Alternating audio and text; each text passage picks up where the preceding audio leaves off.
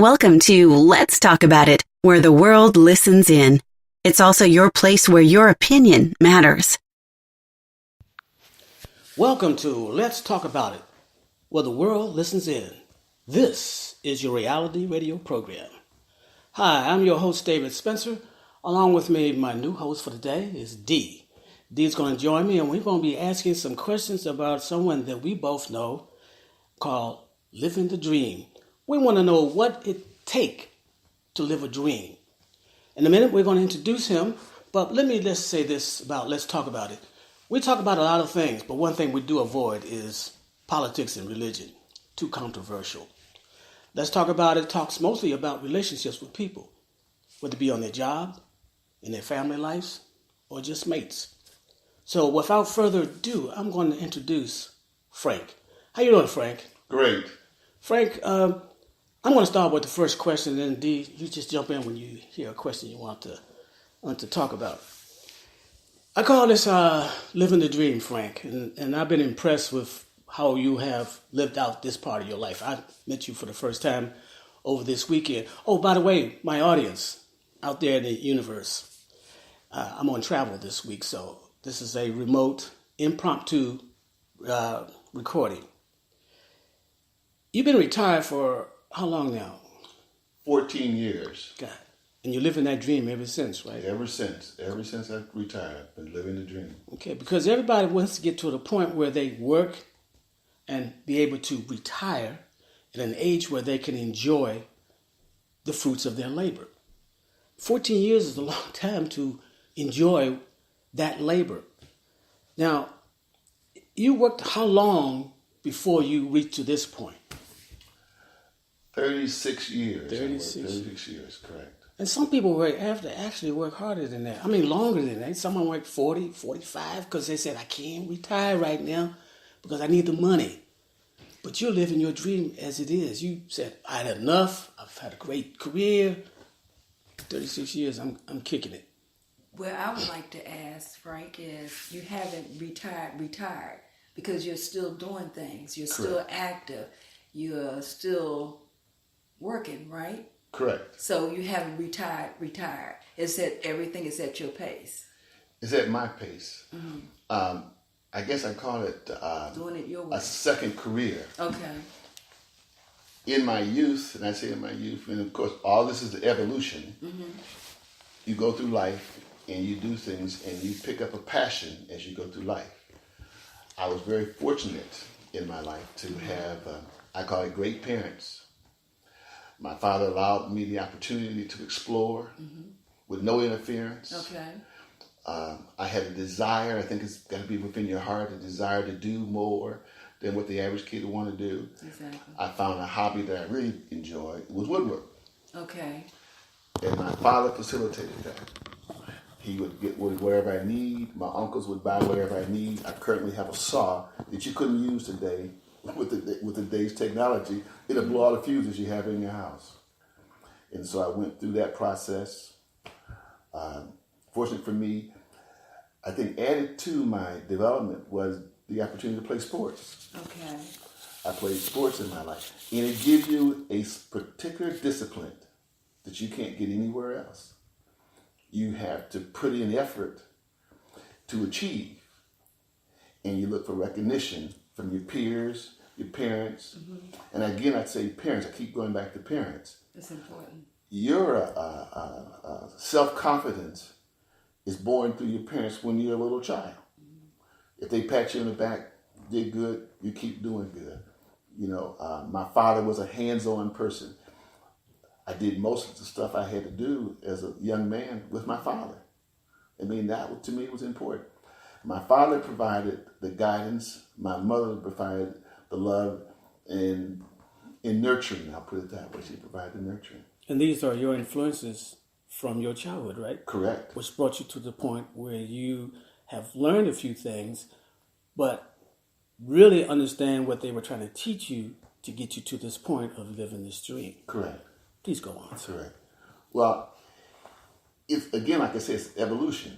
Because you're going through the process, you don't see, because you're in the woods, you don't see the forest for the trees because you're inside the woods. Right. You're in there. and you're picking up this and you're picking up a little of this. My career allowed me several things. I started off as a draftsman on the board. Mm-hmm. I wanted something different. I told my boss I wanted to be a computer programmer.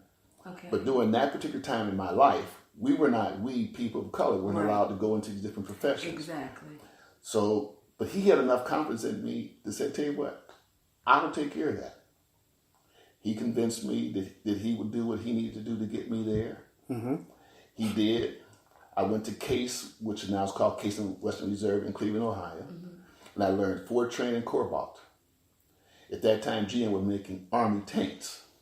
In the process of making these tanks, they had what they call a battlefield day. It was 48 hours. And I was able to use regression analysis and put it on the computer and tell you what component part will fail within those 48 hours. Mm. And that was a book that was the first book I had written. And that's from this guy, this engineer, helping me and providing me the platform to move forward. He was your mentor, right? He was my mentor, absolutely. Everybody needs a mentor. Absolutely. Okay. No one makes it on their own. True. It can't be mistaken. Nobody gets on their own. My father and mother, and even him, there's a song by Bette Midler, Wind Beneath My Wings. They were the winds beneath my wings. Okay. They stayed in the background and allowed me to fly. Yeah. They allowed me to fly. Well, what do you think, why they had this confidence in you? You must have exuded something or shown them something that made them feel, I can trust this guy to do what I want him to do. Well, it took years. Okay. It took years. Didn't just start off. One of the things I remember as a child, about 6 years old, my father told me, you're going to be my man. My father told me, you're going to be my man. Mm-hmm.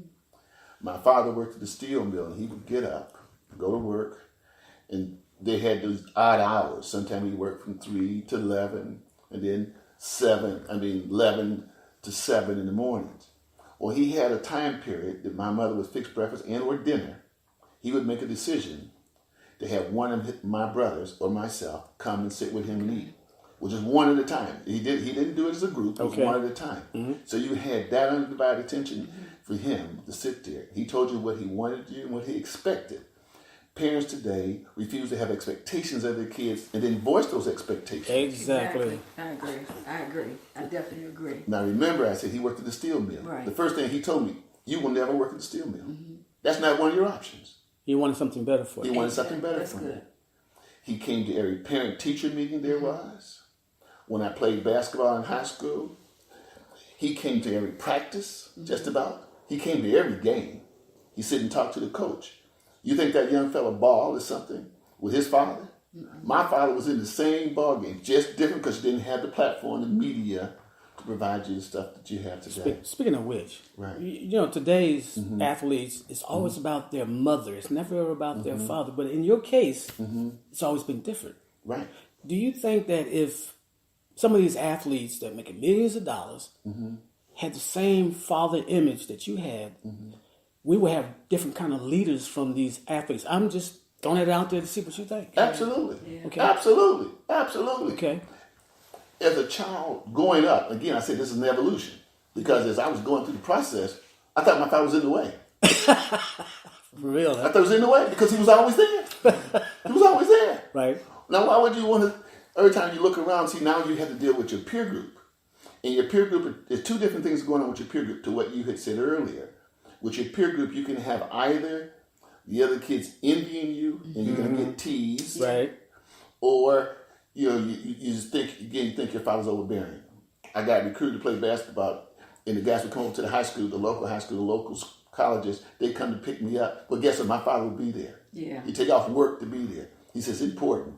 I was going to go to John Carroll, and they brought some football guy to pick me up, took me over, showed me the campus with my dad. And he said, well, when the coach asks you to jump, you just ask the answer is how high. And this is the dorm you'll be in. And my father made a statement. He said, well, he'll be living at home. I knew at that particular point I needed to escape. Because I'm thinking I need to be on my own. Yeah.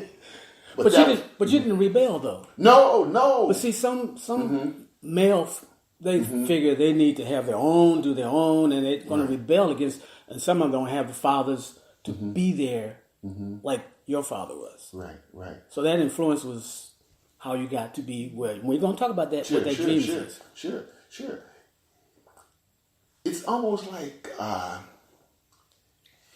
he was providing everything you need for success. Okay. And as I look back again, like I said, it's an evolution. It's building of confidence. Confidence is one step at a time. That's right. Sports, basketball is accelerated means of life. You have a quarter to do certain things, a half to do certain things, and a second half to finish the game. You will not, if you're down by 14 points, you're only down by 7 buckets. It's your perception of how you see things. Perception. My mother required as a child, each of us, to read a book by Norman Vincent Peale, The Power of Positive Thinking. Wow. If you think you can, you can. If you think you can't, you can't. If you believe it, you can do it. Yes. Remember in the Bible, in Matthew 17:20, I believe it is, he said, you can tell this mountain to move from here to there. If you have as much faith as a mustard seed. Right. As a mustard seed. Right. That's very little. But we all perceive is going to happen within our time period, what we have set up. God has a bigger plan for us. Exactly. Things happen the way they're supposed to happen. And I can give you a perfect example of that. I leave to go off to Lemoyne College in Memphis, Tennessee. Coach, I make the varsity. Coach doesn't play me like I think I should play. I go back with my sophomore year, still not playing me like I thought play. So I decided I quit. I quit. I called a bus. I didn't tell my parents. I called a bus. I go home. I call my father. I tell him where I am. I'm at the bus station. I need you to come pick me up. He said, son, if you had that much sense, tell you what, you'll figure out a way to get home. I said, I got my Foot Locker. He said, you'll figure that out too. I think the difference is God had a plan. Now, if I'd have stayed in that same process, going to school, when everybody thought things were bad, it would have been. But what happened was, I had to go into the work environment. And I had to work. My first job was with the Internal Revenue. Second job was with GM, working on the board. And like I said, I wanted something more in life. But then I didn't get myself educated enough to do that. Right. So it became down to what I'm going to do about it. And this guy who mentioned me, Bob Cowell, at General Motors, it was called the Tank Plant. He said, I'll tell you what I'm willing to do. I'm willing to help you go back to school. I'll give you education leave of absence. Wow. So that was your first mentor, or that was your second? And I know your father was My father was first. my first, but that would be my second. Bob Okay. Cowell was my first mentor. Okay. My second mentor. Second mentor. Okay. Now he provided me several formats to how to dress for success. Right. Yeah. Just the way you want to go. Right. Back in those days, he said, I don't want you to wear a tie and a short sleeve shirt. If you wear a tie, I need you in a long sleeve shirt, and I need the cuffs to be of 2 types. One, a button, barrel cuff, and the other that you can put a French cuff on. And I don't want you wearing having pockets on those shirts. And the reason for that, if you put an ink pen in and it spills out, you ruin the shirt. If you go somewhere to give a presentation, you're looking bad. Now, what about today? Does that apply still today in today's millennial society, or about the kind of dress you should have? I think it does. Okay.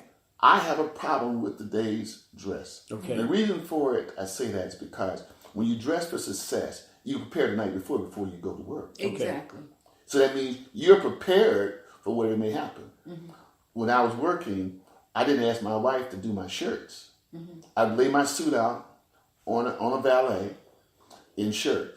That's how I felt that night. Or in the morning, I may have a different feeling. And I changed shirts. I put another shirt in. So I sent my shirts to the laundry. Okay. This way, I didn't put any pressure on her.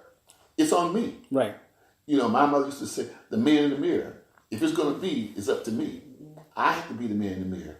You know, I think you evolve to that. But you evolve to that through the course of doing things that you end up being successful at. You want to get to that degree of excellence. The other thing my father gave me too is about being to work on time. He said, if you're on time, you're actually late, son. I need you to be an hour early. You need to be prepared. If you come in prepared to ask questions, you can do it. But if you come in and you got to answer questions, you come in running. You're behind when you start off. That's a good point to make. Yes. Yeah. Anything else that you can think of? No, I'm learning. I've learned a lot. Well, you know, one of my questions was things learned along the way. If you was to bullet point some of those things, what three things would